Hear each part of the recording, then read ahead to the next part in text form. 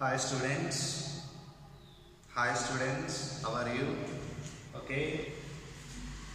I am going to explain this video. This is the lecture 3 as per new syllabus for the academic year 2020 and 21.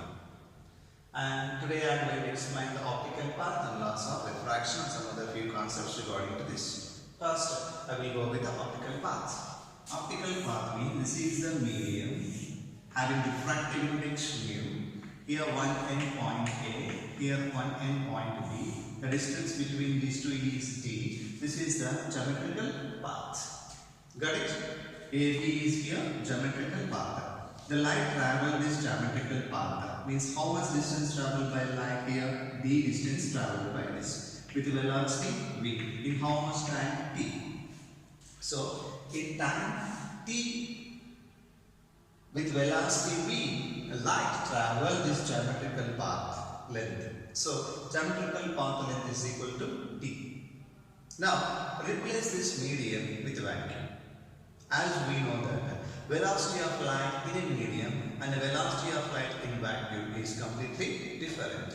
Velocity of light in medium is v, but velocity of light in vacuum is c. So velocity of light in vacuum is more than the velocity of light in medium. That's why in the same time, in the same given time, the distance traveled by light in vacuum, the distance traveled by light in vacuum is the optical path for this given geometrical path. Got it? So the distance traveled by a light in vacuum in the same time in which it travels through the given medium for a given geometrical path. So here with the velocity v, light travels a t distance in time t through the medium. In the same time, distance traveled by light in vacuum. The distance traveled by light in vacuum in the same time t, that is the optical path for a given what is the geometrical path. Got it? Now I will explain the definition now. Optical path for a given geometrical path for a given medium. Optical path for a given geometrical path for a given medium is defined as the distance traveled by light in vacuum in the same time in which it travels through the given medium for what is the geometrical path. So what is meant by optical path? The distance traveled by light in vacuum in the same time in which it travels through a medium for a given geometrical path. This is the definition of what is the optical path. Now I am going to derive the formula for this optical path. Here velocity v is equal to d divided by time. Time is equal to d divided by v. Got it? Next, c is equal to x by t. Correct, no? C is equal to x by t. X is equal to c into t. Substitute t placed into this c into d by v, that is equal to c by v into t. What is this c by v ratio? It is a ratio of velocity of light in vacuum to the velocity of light in medium. This is nothing but refractive index. So x is equal to refractive index of the given medium into geometrical path length. So optical path length x is equal to refractive index of the medium into what is that? Geometrical path length. Suppose in a given medium d distance traveled by light. In the same time, how much distance traveled by light in vacuum like this? This is the optical path length calculation method. Suppose through a medium, this is the medium whose refractive index is 3 by 2. How much is refractive index? 3 by 2. Okay, na? And this is the thickness 6 centimeters. How much it is? 6 centimeters. So this is the geometrical length and this is the refractive index. So a light travels 6 of a 6 centimeters to a medium having refractive index 3 by 2. Then if the medium is replaced by vacuum in the same given time, how much distance traveled by light? So that is for optical length. Optical length x is equal to refractive index of the medium into geometrical path. Refractive index is 3 by 2 into geometrical path is 6. 2 1 ja, here 2 3 ja, 3 3 ja, 9 centimeters. In a medium it traveled at 6 centimeters, means in vacuum it will travel how many centimeters? 9 centimeters. So this is the way of getting what is the optical path. But given time is same for both cases. So t distance, t time, there also t time. And here in t seconds d distance travel, there in t seconds x distance travel. That x is called optical path length for a given geometrical path length d in a given medium. So this is about optical path length.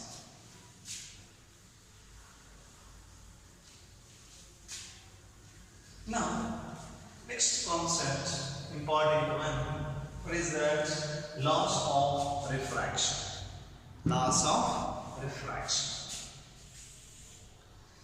This is the medium 1 having refractive index mu1, and this is the medium 2 having refractive index mu2, and this is the boundary. This solid line is the boundary that is separating these two media, and now this is the what is that? Incident light, and this is the refracted light. The light ray in the first medium is called incident ray, and light ray in the second medium is called refracted ray. And this is angle made by incident ray with normal is angle of incidence. Angle made by a refracted ray with normal is called what is that? Angle of refraction.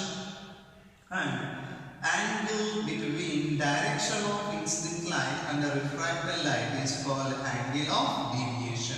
So this is I, here also I, and this is how much? I minus R. So what is the angle of deviation here?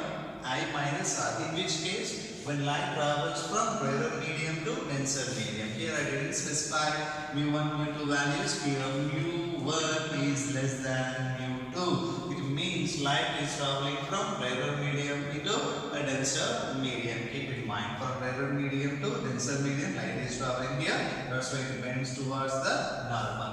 When light travels from denser medium to rarer medium, here mu2 and here it is mu1, and this is the normal and this is the angle of incidence, and it bends away from the normal. Why it bends away from the normal? As it enters into the rarer medium, its velocity increases, and this is one angle of refraction, and this is direction of incident light, and here it is I.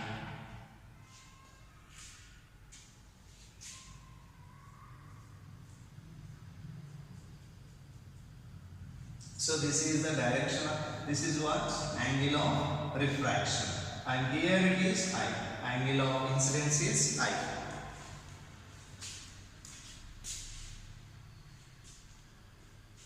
So this is angle of incidence, these two are same, and this is the angle of refraction. What about the angle of deviation? Angle of deviation means angle between direction of incident lights and the refracted light. Right. So here this is R and here is I. Here R is more than I. This is R minus I. So I minus R minus I. Keep in mind. So when you will take I minus R for deviation, when light travels from rarer medium to denser medium. When light travels from denser medium to rarer medium, then the angle of deviation is not I minus R. What is that? R minus I. Now we'll go with this laws of refraction. First one is incident ray, refracted ray, and a normal drawn at the point of incidence to the boundary which is separating two media all lie in the same plane.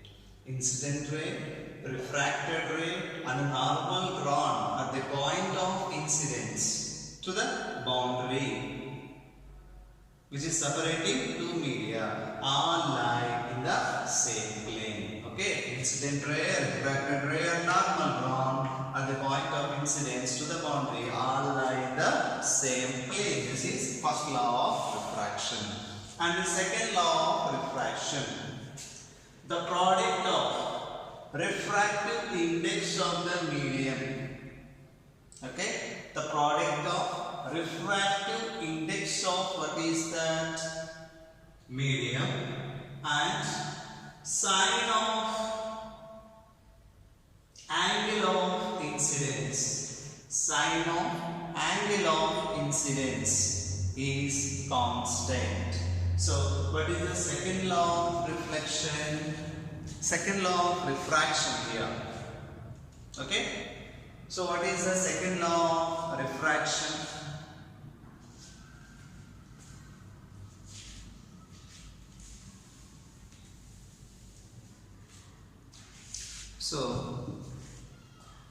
So first law over, next second law is there. According to this second law, and we are taking the product of these two, mu into sine I. What is this mu into sine I? Mu is called refractive index of the medium. Sine I means the value of sine of angle of incidence. Means sine of angle of incidence. The product of these two is equal to constant.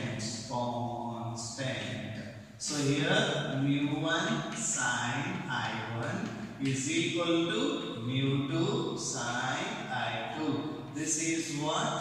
Second law of refraction. And we can see another form also. The ratio of sine of the angle of incidence to the sine of the angle of refraction for a given pair of media is always constant.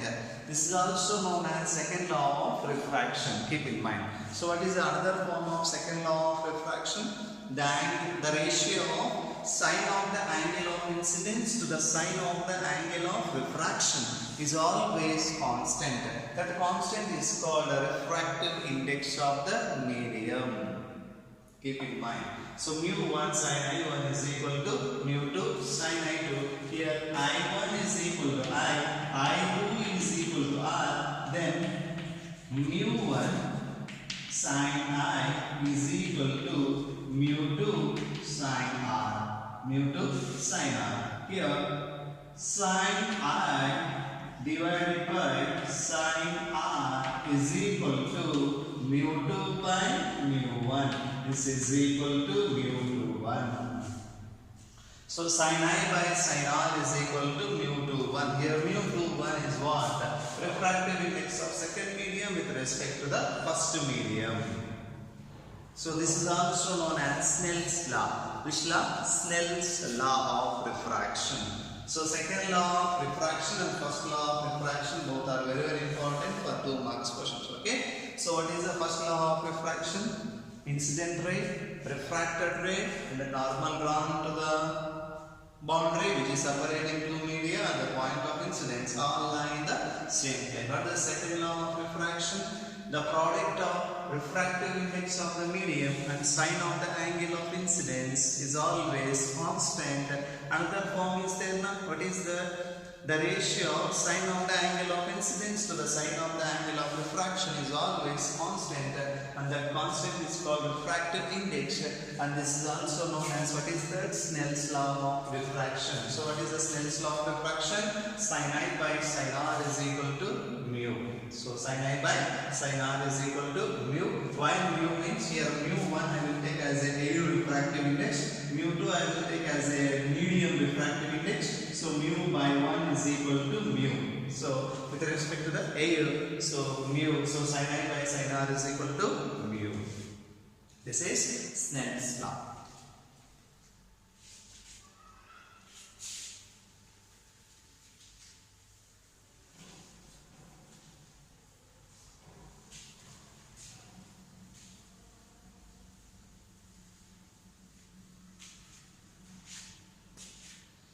Next, after this, vector form of this Snell's law we can write. Vector form of this mu1 I cap into n cap is equal to mu2 into r cap into n cap. This is what vector form of Snell's law. Keep in mind. So write the vector form horizontal line is mu1 into I cap into n cap, mu2 is equal to into r cap into n cap. Here mu1, mu2 are the refractive indices of the media, and I cap is a unit vector along the incident light, n cap is a unit vector along the normal, r cap is a unit vector along the refracted light. So these are the things. This is the vector form of Snell's law. Next, this is the mu1 and here it is mu2. If mu1 is equal to mu2, means both media having same refractive index. If your incident light like this, without any deviation, it passes through the two medium. So refraction doesn't take place. If two media having same refractive index, okay, if two media having same refractive index, then refraction doesn't take place. Light simply pass through the two media without any deviation. And for this case also, what is that? For normal incident lights. So light is incident along the normal to the boundary. This is the refractive index mu1 and this is the refractive index mu2. Even though mu1 is not equal to mu2, whether it is equal to or not equal to, okay. So mu1 is not equal to mu2. Without any deviation, it passes like this. So here Snell's law doesn't obey. Here angle of incidence and here angle of refraction. So here angle of incidence is equal to angle of refraction in this case. Got it now? So here Snell's law is not valid when if for the normal incident light, Snell's law is not valid for this case. So for normal incidence, and if the two media having same refractive index, then it doesn't take place any type of refraction. These are the special cases for refraction of light.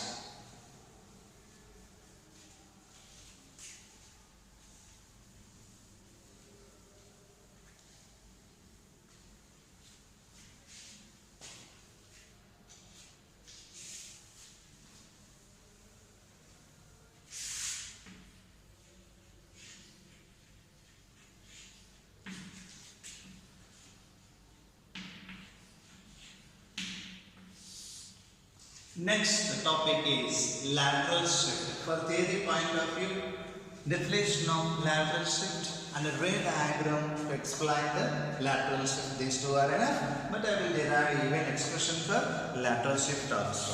Okay.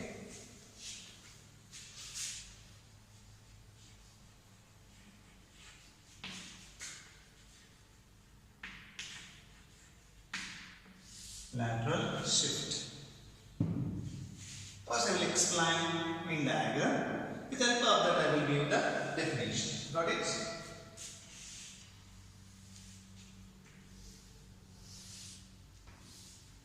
What is this? This is not a rectangular box. This is the one rectangular glass slab having refractive index mu and having thickness T.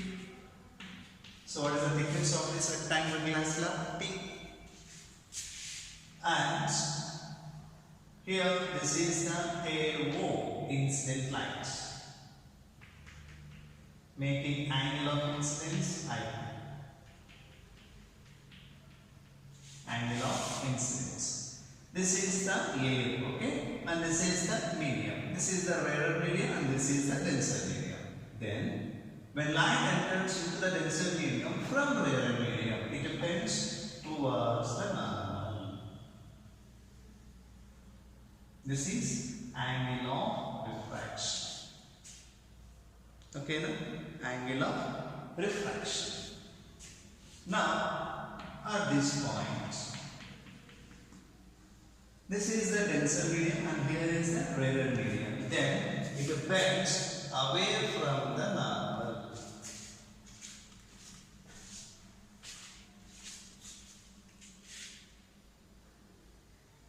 It bends away from the normal. So here double refraction takes place. One is from rarer medium to denser medium. Another one is denser medium to rarer medium. We should follow the rules. When light travels from rarer to denser, it should bend towards the normal. When light travels from denser to rarer, it bends away from the normal. This is the angle of incidence I. This is the angle of refraction R, and extension of this means direction of incident light.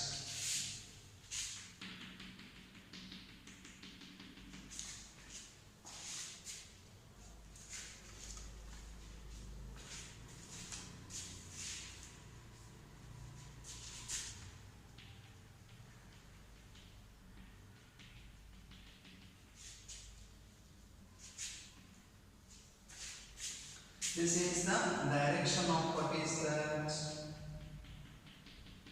Incident light.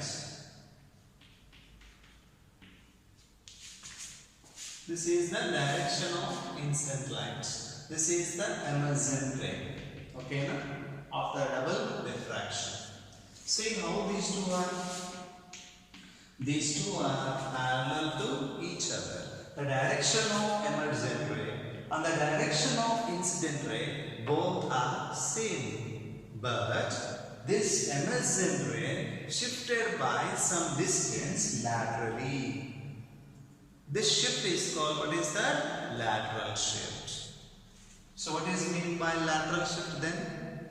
When light travels through a rectangular glass slab, then the emergent ray and the incident ray both will be parallel to each other, but the emergent ray laterally shifted some distance, or shifted by some distance laterally. That's why this shift in this is called, what is that? Lateral shift. So what is meant by lateral shift? When a light ray passes through a rectangular glass slab, then the emergent ray is parallel to the direction of incident ray but shifted laterally by some distance. The shift in this is called, what is that? Lateral shift.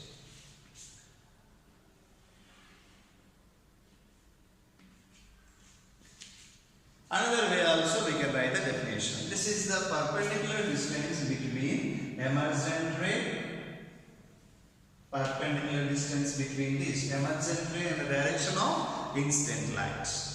So when light travels through a rectangular glass slab, then the perpendicular distance between the emergent ray and the direction of incident light is known as, what is the? Lateral shift. A perpendicular distance between emergent ray and the direction of incident light is taken as, what is the? Lateral shift. So this is A, O, this is P, and here is Q, and here is R. And here this is I, and this total also, what is that? I only. Then what about this? I minus R. This is called angle of deviation. Got it now? Now we will go with this. From the diagram, sine of I minus R is equal to sine of I minus R is equal to sine theta is equal to, what is the formula? Opposite by hypotenuse. So here opposite क्या है? PQ by hypotenuse क्या है? OP. From this PQ is equal to OP into sine of I minus R. This is equation 1. Next, cos R is equal to, cos R formula adjacent by hypotenuse. Here adjacent is equal to OR by hypotenuse is equal to OP. From this OP is equal to OR divided by cos R. Here OR is the thickness of the glass slab. D by, what is that? Cos R. This is equation 2. From 1 and 2 we can write PQ is equal to T by cos R into sine of I minus r. This is the expression for what is that? Lateral shift. So x is equal to t divided by cos r into sine of I minus r. This is the expression for what is the lateral shift. Got it? Next step. If I and r are small, then sine of I minus r is equal to I minus r. Cos r is equal to 1. If it is very small, this approaches to 0, then cos 0 is equal to approximately what is that? This cos r is approximately equal to 1. So x is equal to t divided by 1 into I minus r. This is equal to t into I minus r. In this I we can take common, that is t into I into 1 minus r divided by I we get. From Snell's law of refraction, mu is equal to, what is the formula? Sin I by sin r. If I and r are small, then sin I will be I, sin r is equal to r. I by r is equal to mu. Here r by is equal to 1 by mu. This is equal to t into I into 1 minus 1 by mu. This is the, what is that? Lateral shift in terms of, what is that? Angle of refraction and angle of incidence, and here in terms of refractive index. So lateral shift x is equal to t by cos r into sine of I minus r, or lateral shift x is equal to t into I into 1 minus 1 by mu. This is the lateral shift expression. So in examination they were asked, define what is meant by lateral shift and draw the ray diagram to explain the lateral shift and write expression for it. 1 mark, 1 mark, 1 mark. So what is meant by lateral shift then? When a light ray travels through a rectangular glass slab, then the emergent ray will be parallel to the direction of incident ray but shifted laterally by some distance. The shift in the distance is called, what is that? Lateral shift. Another definition I have given now. What is meant by lateral shift then? The perpendicular distance between the direction of incident light and the emergent ray when light travels through a rectangular glass slab. This is called lateral shift. What is the expression for lateral shift? X is equal to t by cos r into sine of I minus r, or x is equal to ti into 1 minus 1 by mu. Right. Next, I am going to explain the normal shift concept.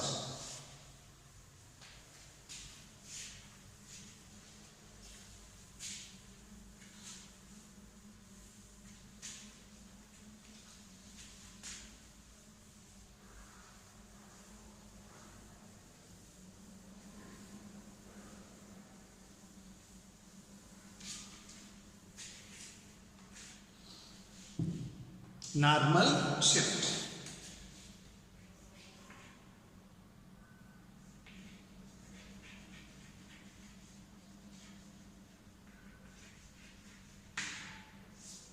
Normal shift. So first I will draw a diagram.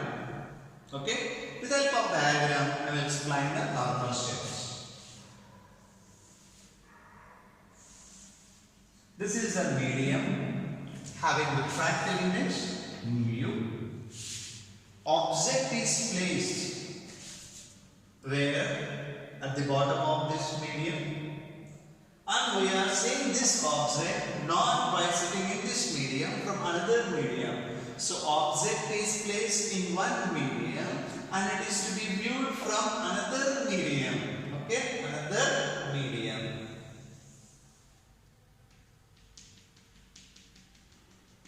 And this is a denser and this is a rarer medium. So if it bends away from the normal, then look like this ray is coming from this.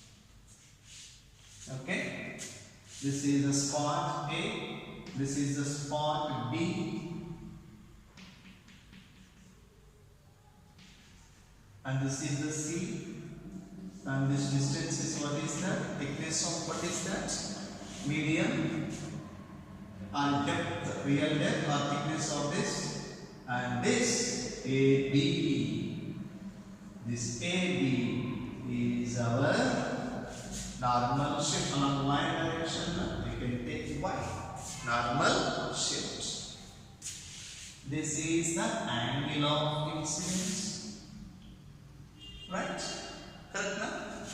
Angle made by incident ray with normal is angle of incidence. And this is angle of refraction. And only particular this, how much? Particular. This is R. And this is also R.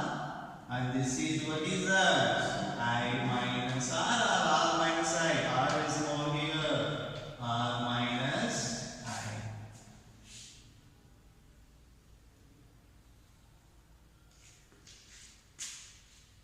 Next one. This is what? A carrot. This is 90 degree. And this is what is the R? And this is 90 minus R. 90 degree minus R. Here it is O. And here A, B, C, and this is capital D. This is the diagram. Observe carefully. Object is placed in one medium and it is to be viewed from another medium normally. Then the depth of this object is placed at the depth of D in the medium, but look like it is at a depth of, what is that? This is the apparent depth. This is not a real depth. Real depth is D, but look like it is less than the depth. It means that there is an apparent shift in the position of object. The apparent change in the means apparent shift in the position of object when it is placed in one medium and it is to be viewed from another medium. This shift in this position of the object is called, what is that? Normal shift. So what is mean by normal shift? The apparent change in the position of this, not a real change, okay? Apparent change. The apparent change in the position of object when it is placed in one medium and it is to be viewed from another medium. Here object is placed in the denser medium and it is to be viewed from rarer medium. Reverse also can possible. Object is placed in the rarer medium and it is to be viewed from the denser medium.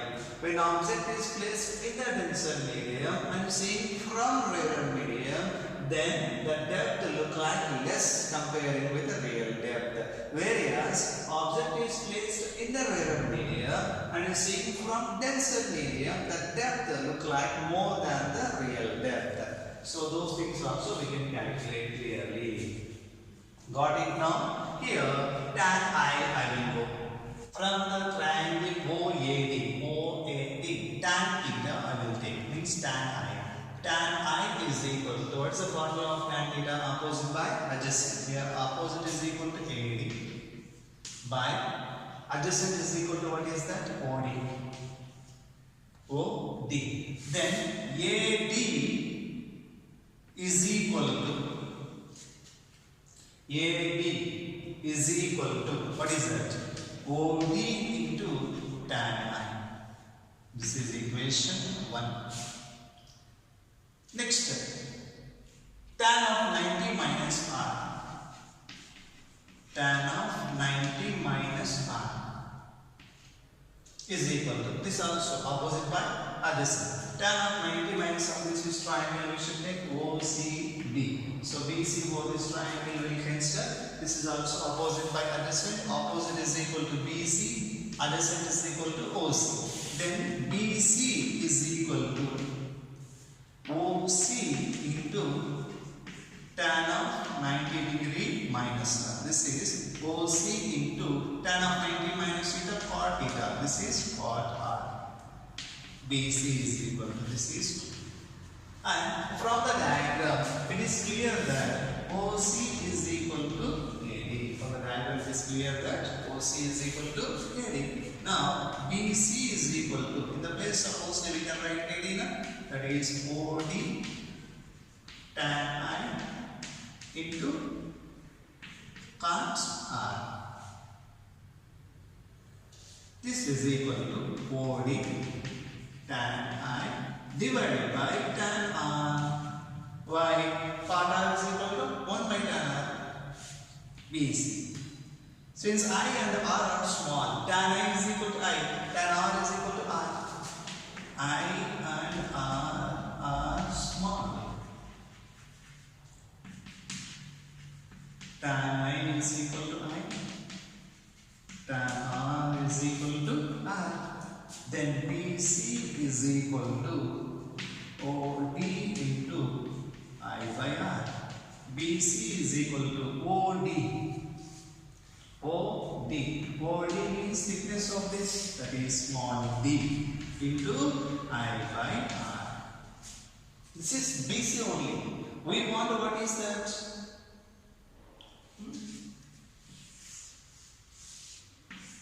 So this BC is what? BC, this is the apparent depth.